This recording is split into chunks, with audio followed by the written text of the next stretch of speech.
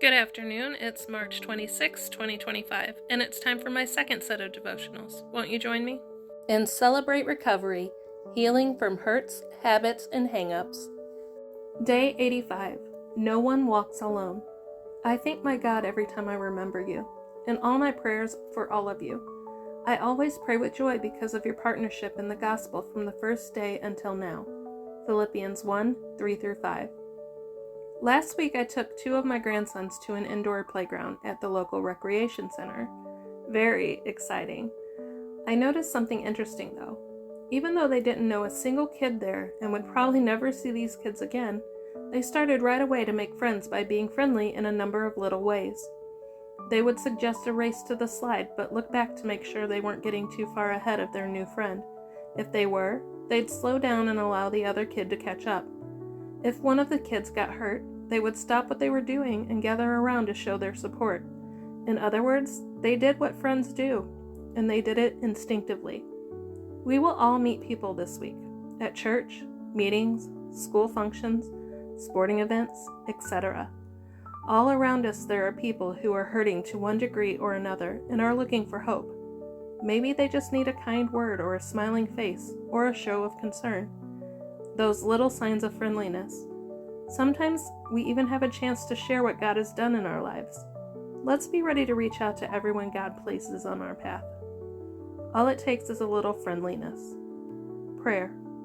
Father, friendship is one of the things you offer us when we come into relationship with you. Show us how to be friendly to those around us. In Jesus' name, amen. And in my quiet time devotional, Day 85, when Jesus comes back. Yes, it will be business as usual, right up to the day when the Son of Man is revealed. Luke 17:30. When will the end come? We'd all like to have insider information on that day to end all days. The people of Jesus' era were no different.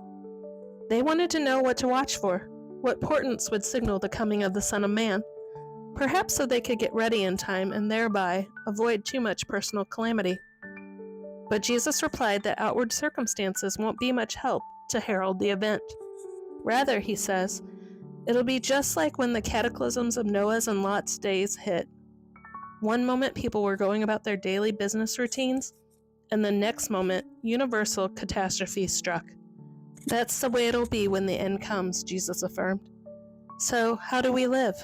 Knowing it could be any moment as easily as the next? You live, Jesus taught, as those who know that the kingdom is already here among you. That is, we should live moment by moment in service to the King, in thankfulness, like the healed leper, Luke 17:11-19, in faithfulness, like the dutiful servant, Luke 17:7-10, forgiving one another over and over, in short, simply doing what we know we are supposed to do. We don't have to wait until the kingdom becomes fully visible. In fact, to do so would be truly disastrous. Are you living today as though at any moment Jesus could return? You may not know what someone is going through, so if you have the opportunity, show kindness, be friendly to anyone God puts in your path. You never know if that opens the door for you to share the faith. No one needs to walk alone in this life, and in fact, we need a really big crowd when Jesus comes back.